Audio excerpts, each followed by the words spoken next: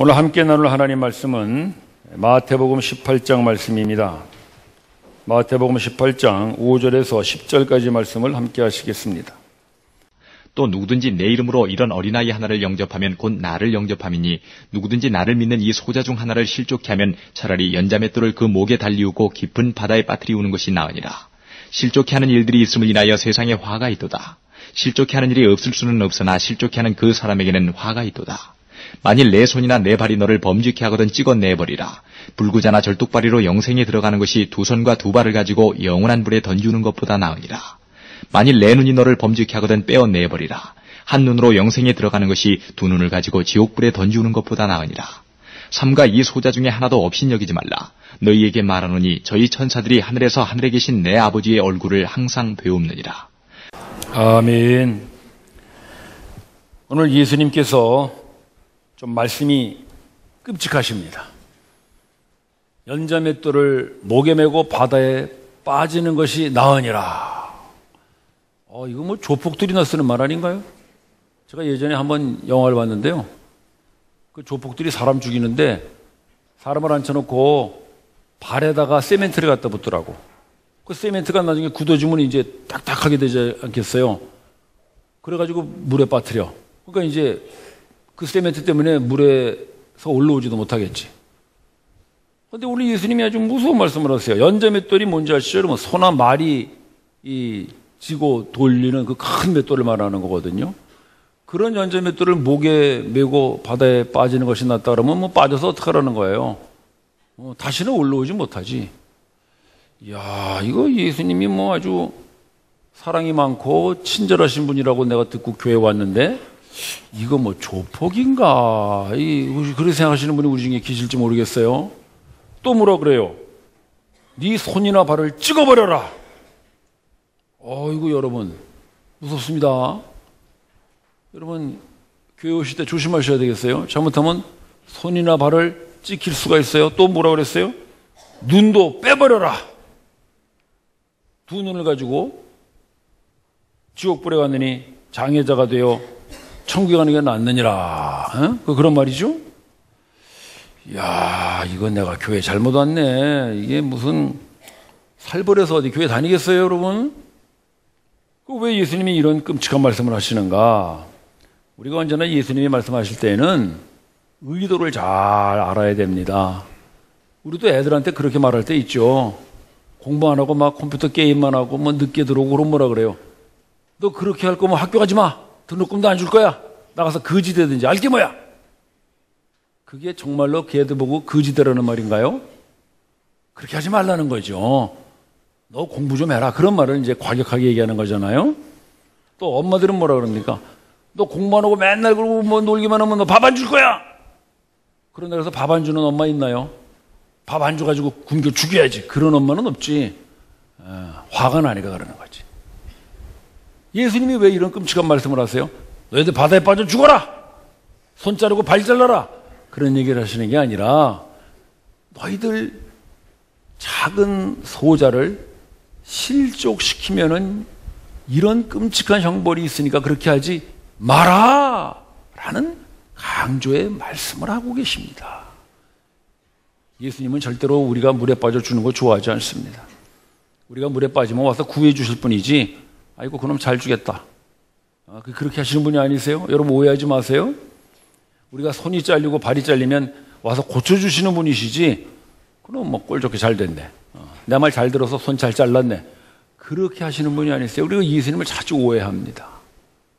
그래서 예수님이 이런 심한 말씀을 하시는 것은 작은 소자를 실족시키는 것이 얼마나 끔찍한 일이냐를 강조하기 위해서 쓰시는 비유법이지 실제로 여러분 물에 빠지거나 손 자르지 마시기 바랍니다.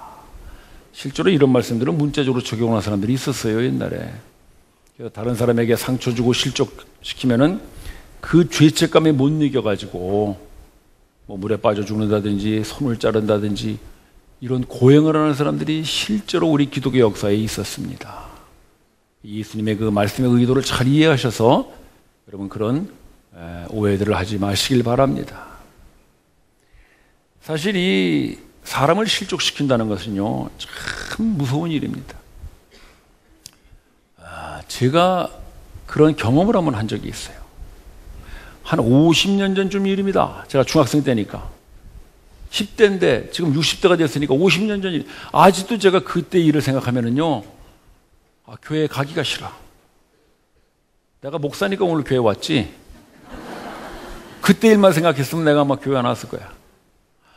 중학교 때 교회를 갔는데 말이죠.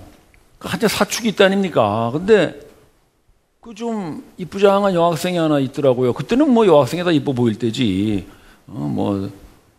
지금 생각하니까 별로 이쁘지도 않았어. 근데 그때는 이뻐 보였지. 그리고 이제 머리를 땄어요. 그때는 여학생들이 머리를 많이 따고 다녔거든요. 그래 단정하게 그렇게 딱 해서 참 한번 좀 사귀면 좋겠다. 그런 마음이 있을 수 있죠. 여러분 중학생이니까. 여러분은 그런 마음도 없이 살았나요? 그 이상한 사람들이구만. 응? 그 중학생이 뭐 만나서 사귀어봐야 뭐 하겠어요. 기껏해야 뭐 빵집에서 빵이나 먹고 그냥 그러는 거지. 그래 이제 제가 편지를 하나 보냈어요. 뭐 몇 날 며칠 어디서 만나서 빵이나 먹자 이런 식으로. 근데 또 그냥 쓸 수가 없잖아요. 그래서 또 시집을 뺏겼지. 응? 우리도 다 그랬지. 그렇게 했죠. 여러분 옛날에 연애 편지 쓸 때. 그래서 뭐 시몬 촥 해가지고 너는 낙엽 밟는 소리가 좋으냐. 아주 가을도 아닌데 그런 걸 썼어. 지금 생각하니까. 뭐 뺏겨서 쓰는 거지. 그래가지고 쫙 해서 보냈는데. 이 여학생이 받았으면 뭐 빵집에 나서 빵이나 먹고 가면 될 것이지. 그걸 또 덜렁 들고 그 중도 뭐 교육 목사님한테 가서 일러버렸어. 그때 조용필의 그 노래가 나왔나 봐. 누가 사랑을 아름답다 했는가. 그때부터 이 사랑의 진통이 오는데 말이죠. 하여튼 그 교육 목사님이 그때부터 날 째려보기 시작하는 거야. 교회만 오면 벌써 여러분 총 중에 제일 무서운 총이 뭔지 아시죠? 눈총. 잘 아시네. 눈총들 많이 쏘아보신 모양이야. 눈총을 쏘는 거야. 그래서 제가 그때 중등부 회장이었거든요. 뭐 목사님한테 뭐 보고하러 가잖아요. 그러면 이건 뭐 결제 소리 받는 것보다 더해. 얼마나 지적을 많이 하는지 이러고 저러고. 그리고 꼬투리 잡고요. 하여튼 도대체 정말 좀 속된 말로 더러워서 교회 못 다니겠더라고. 그래서 내가 그때 그 생각을 한 거예요. 에라 내가 실족해버려야 되겠다. 그러면 저 목사 연자 맷돌 메고 바다에 빠져 죽어버리겠지. 얼마나 화가 나면 제가 그랬겠어요? 그래서 제가 그때부터 교회를 안 나간 거예요. 제가 달리 안 나간 게 아닙니다. 다 이유가 있어요. 그래갖고 학교 가니까 저는 미션 스쿨 다녀가지고 우리 학교에 목사들, 장로들 이런 애들이 많았어요. 걔들 이름들이 또 좀 독특하잖아. 다윗이니 에스겔이니 이런 이름이 많았거든. 그 이제 한번 보니까 이름이 다윗이야. 너희 아버지 목사지니까 목사래. 내가 목사한테 당했는데 목사 아들한테 분풀해야 을 되겠다 싶더라고. 다윗이야. 나는 골리앗이다 이놈아. 진짜는 골리앗이 이기는 거야. 그래갖고 그냥 괜히 이유 없이 애를 두들겨 패고. 그래서 내가 일부러 실족을 했어요. 왜? 그 목사가 나 때문에 연자맷돌 메고 바다에 빠져 죽으라고. 50년 전 일인데요. 제가 이 말씀을 설교하느라고 이렇게 묵상하다 보니까 그분 생각이 나는데 지금도 용서가 안 되더라고. 어디 있는지는 모르지. 어딘가 있겠지. 근데 지금도 내가 그분 만나면 글쎄, 모르겠어요. 만나고 싶지 않아. 여러분, 작은 소자가 실족하면요, 평생 상처로 남습니다. 무섭습니다. 예수님이 그 얘기 하시는 거예요. 너희들 작은 소자를 실족해 하지 마라. 그렇게 할 거면 아예 연자맷돌 메고 빠져 죽는 게 낫다. 그렇게까지 험하게 말씀하시는 거예요. 여러분, 그래서 우리가 교회 생활에서 가장 중요한 게 뭐냐면은 나 혼자 신앙 지키고 나 혼자 성숙하는 것보다 더 중요한 게 나 때문에 실족하는 사람 없는가 잘 살펴보시길 바랍니다. 혹시라도 우리들 중에 나 때문에 알게 모르게, 나는 물론 의도한 건 아니지만은 내가 한마디 툭 뱉어놓은 이야기, 내가 그저 한 소리 한 거, 내가 그냥 이렇게 별 의미 없이 쳐다본 그런 눈빛 하나가 우리 성도들을 실족하게 할 수 있다는 걸 여러분 항상 생각하셔야 돼요. 그래서 우리 교회에서 나 하나의 신앙이 아니라 나 때문에 영향받는 성도들이 있다는 걸 항상 생각하시고 한 사람이라도 실족당하는 일 없는 그런 우리 성도들 교회 되기를 바랍니다. 네, 옆에 분 한번 보시죠. 따뜻한 눈빛으로 한번 보시기 바랍니다. 네, 따뜻한 눈빛으로 보세요. 괜히 또 째려보면 또 실족당하시는 거예요. 따뜻한 눈빛으로. 네. 언제나 우리가 주의해야 됩니다. 왜 이렇게 예수님께서 이 소자의 실족을 강조하셨느냐? 바로 예수님 자신이 그 소자로 오셨기 때문이에요. 우리 5절 봅시다. 5절에 뭐라 그랬어요? 누구든지 이 어린아이 하나를 영접하면 그 누구를 영접하는 거라 그랬어요? 나를 영접하는 것이라. 즉 예수님과 이 어린 소자를 어떻게 하시는 거예요? 동일시 하시는 거예요. 그러니까 우리가 소자를 실족해 하면 누구를 실족해 하는 거나 마찬가지입니까? 예수님을 실족해 하는 거나 마찬가지입니다. 물론 예수님은 실족당하시진 않겠지만 그 정도로 예수님이 중요하게 보시는 거예요. 그러니까 우리가 어린 소자 하나를 없이 여기면은요, 예수님을 없이 여기는 거나 마찬가지입니다. 왜냐하면 예수님이 바로 그 소자를 구원하러 이 땅에 오신 그분의 구원자이기 때문인 것입니다. 예수님은 이 땅에 소자를 구원하러 오셨어요. 그 소자로 오신 거예요. 큰 인물, 이름 있는 사람, 명망가 이런 사람을 예수님이 구원하러 오셨다면 예수님도 그런 사람으로 왔겠지. 바리새인을 구원하려면 바리새인으로 왔을 거고 사두개인을 구원하려면 사두개인으로 왔겠지. 그러나 예수님은 그런 사람을, 물론 그런 사람도 구원하십니다만 예수님의 구원의 목적은 소자였어요. 병든 자, 귀신 들린 자, 소외받는 자, 외로운 자들. 그래서 예수님도 소자로 오셨어요. 그래서 예수님은 무슨 종교 지도자로 오시질 않고요, 무슨 로마의 그런 귀족으로 오시질 않고 나사렛 목수의 아들로 오신 거예요. 왜? 자기와 같은 그 버림받고 소외된 사람들을 구원하시기 위해서 그들의 친구로 오신 것입니다. 그리고 그 갈릴리 그 촌의 어부들을 데리고 다니시면서 하나님의 나라를 가르치셨어요. 왜? 예수님이 바로 그런 소자들을 영접하기 위하여 오신 소자이시기 때문입니다. 그래서 그 예수님이 어떤 모습이 올까를 예수님이 오시기 700년 전 이사야 선지자가 이미 예언했어요. 이사야 말씀 한번 봅시다. 이사야 말씀. 잘 아는 말씀이죠. 이사야 53장 말씀 한번 보여주실까요? 자, 여러분 예수님 어떤 모습으로 오는가 읽어봅시다. 시작.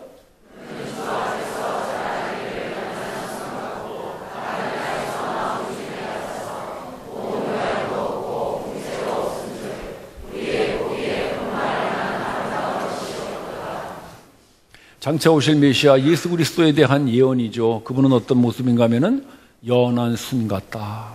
약하다는 거예요, 예수님이. 그래서 우리가 점점 나이 들면 좀 약해지죠, 여러분.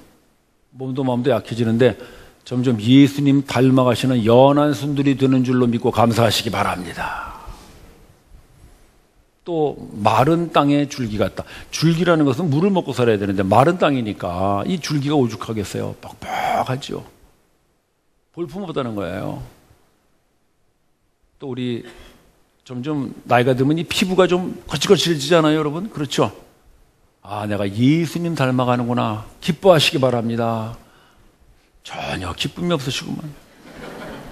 그 뻑뻑하면 어쨌든 이거 좀 어떻게 해보려고 뭐 마사지를 하고 뭐 무슨 주사를 맞고 하는데 여러분 그러지 마시고, 아, 내가 마른 땅에 줄기같이 되어가는구나 생각하시고 점점 예수님 닮아가는 모습인 줄로 알고 사시길 바랍니다.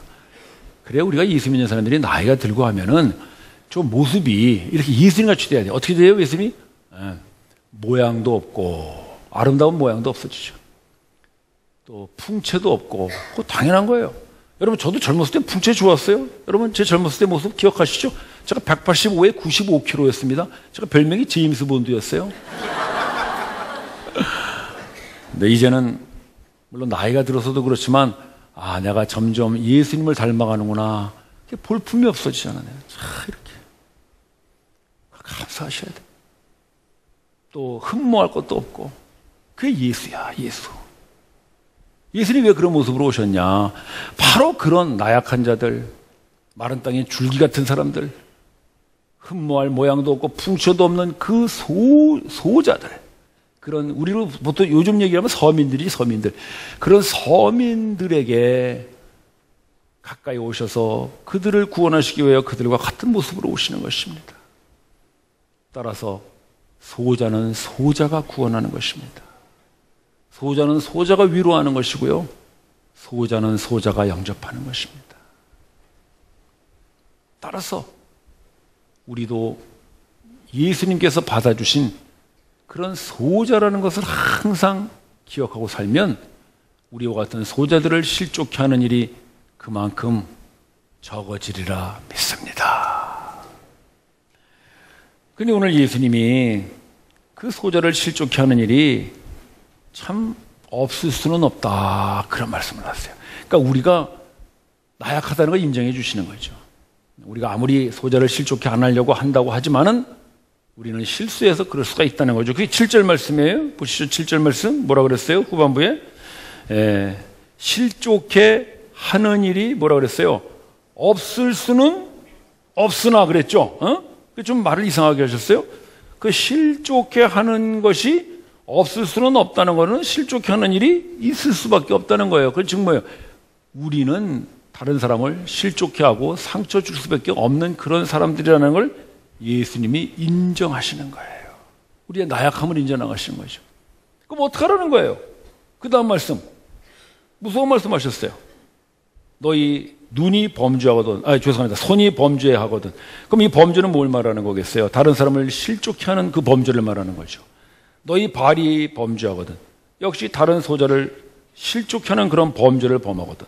너희 눈이 범죄하거든. 역시 너희의 눈으로, 우리 아까 얘기한 눈총 말이죠. 쫙 째려보고 이래가지고 다른 사람을 실족케 하거든. 그 실족을 예수님이 범죄라고 말씀하시는 거거든요. 그렇게 하려면 어떻게 돼요? 손을 찍어라. 여러분, 우리가 손을 찍고 발을 찍고 눈을 빼서 장애자가 된다면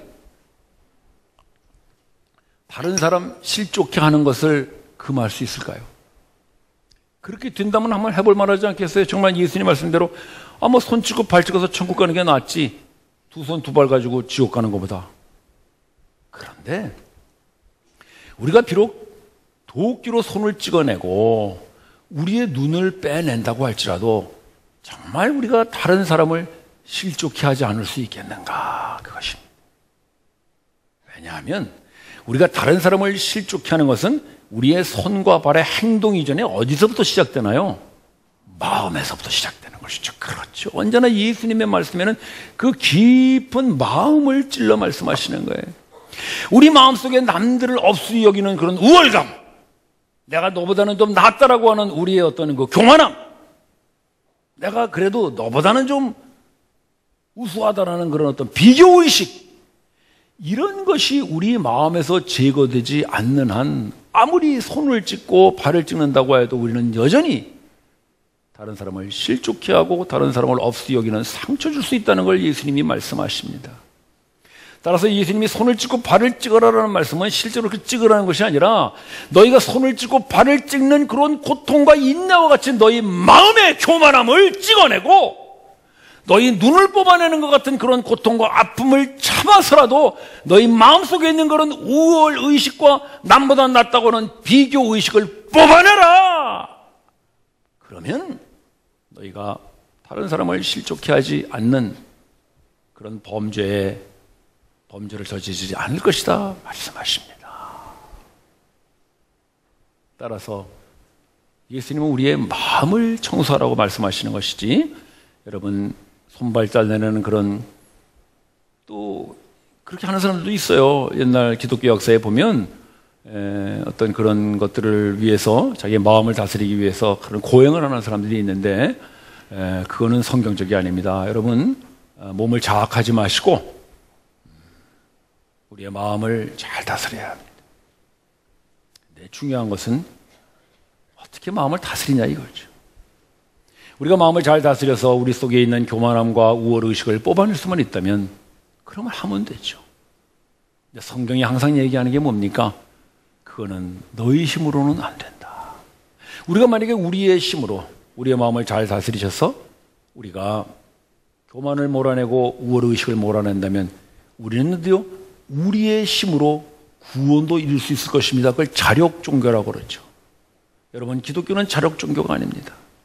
예수님이 이렇게 말씀하셨다고 해서 야 이제부터 내가 손발을 자를 것이 아니라 내 마음을 잘라내는 일을 해야 되겠구나 하고 해서 다시 마음을 다스리는 훈련과 연습과 고행과 이런 것들을 신앙이라고 해나간다면 우리는 아직도 성경이 뭘 말하는지를 모르고 그냥 불교나 뭐 이슬람이 뭐 열심히 해서 무언가를 이루겠다고 하는 그런 자력 종교의 구원이 되어버리고 맙니다.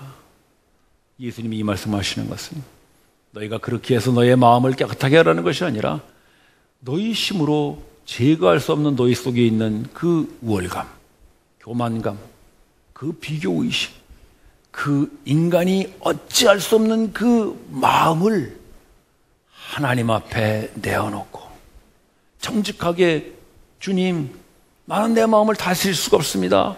내 마음속에는 여전히 우월의식이 있고 내 마음속에는 여전히 다른 사람을 없이 여기는 그런 마음이 있사오니 주여 나의 마음을 주께서 처리하시고 다스려 주시옵소서라는 그 하나님을 향한 구원의 손길을 내미는 것이 우리가 다른 사람을 실족해 하지 않는 그 범주에서 이겨나는 길임을 여러분 믿으십시오. 따라서 우리 기독교 신앙은 예수를 통하여 그 일을 행하는 것이지 예수로부터 방법을 얻어서 내가 그 일을 행하는 것이 아닙니다. 예수님이 그 얘기를 하시는 거예요. 실족해 하는 일이 없을 수 없으나 너희들 힘으로는 안 되지. 손을 찍어도 안 되고 발을 찍어도 안 되지. 그러나 너희들의 마음을 다스릴 수 있는 유일한 한 분, 하나님의 아들, 우리의 구원자 예수 그리스도, 그분에게 우리의 이런 모든 것들을 토해낼 때 우리가 남을 실족해 하는 그 자리에 예수님께서 우리의 마음을 붙들어 주실 줄로 믿습니다. 우리가 다른 사람에게 상처 줄 수 있는 그 말이 나오는 그 순간 예수님께서 우리의 입을 막으셔서라도 우리의 목을 붙들어서라도 그 말이 나오지 않도록 예수님이 다스리시고 예수님이 우리를 장악하여 주실 줄로 믿습니다. 그래서 이것은 예수님의 힘으로 하는 것이지 우리의 힘으로 되는 것이 아닙니다. 우리가 다른 사람에게 상처 주지 않고 실족지 않는 그런 참으로 훌륭한 삶을 살았다 할지라도 우리의 마지막 고백은 오로지 하나, 예수가 하셨네, 하나님이 하셨네. 참 예수님이 나를 붙들어 주셔서 그 순간 내가 그 말을 참을 수 있었고 그 행동을 참을 수 있었네라고 모든 영광을 주님께만 돌리는 그런 건강한 신앙의 삶들이 되시기를 바랍니다.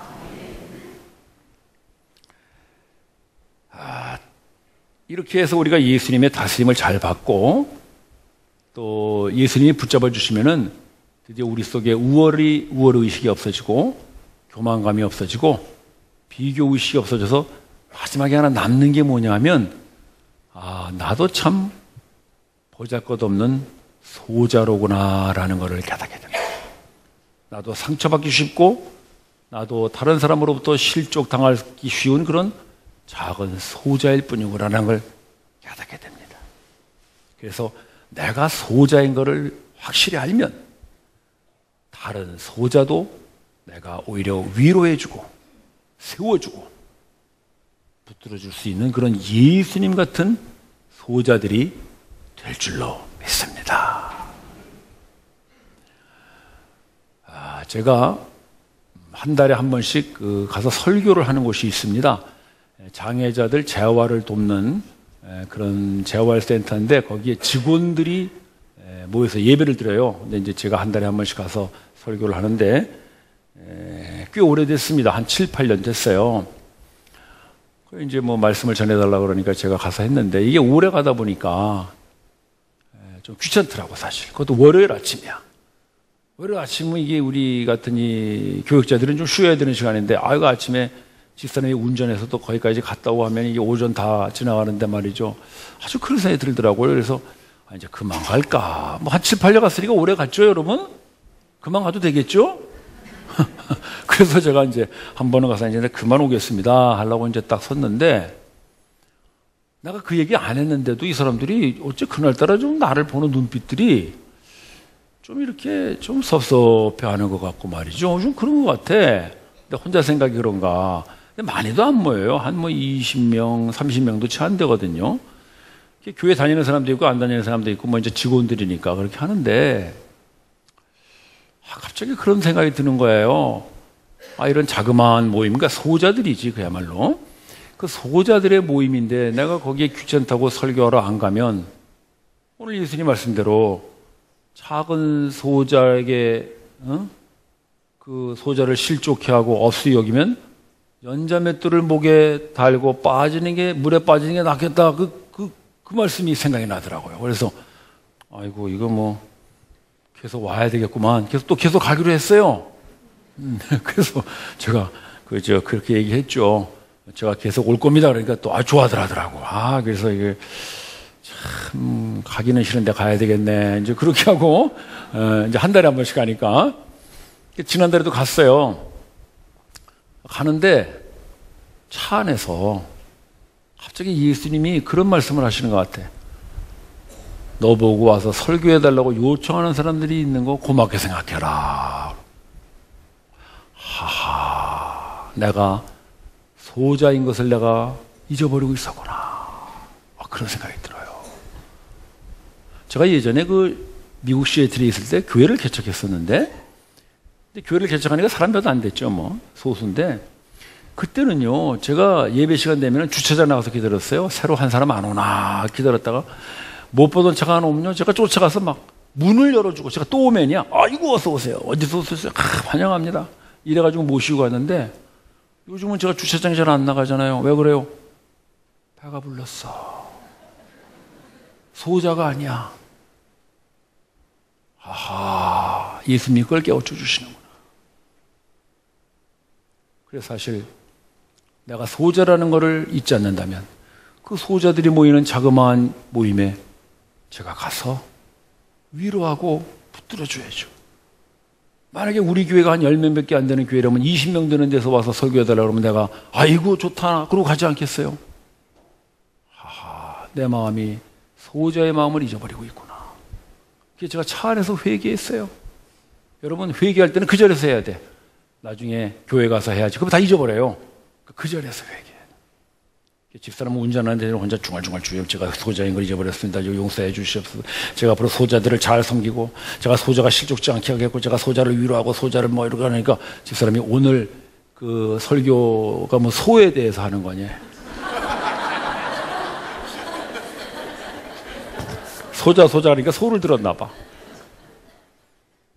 다음부터는 이제 주차장 나가서 우리 성도들 맞이해야 되겠어요. 형제자매 여러분, 소자를 실족해 안 하는 방법은 내가 소자인 것을 기억할 기회입니다.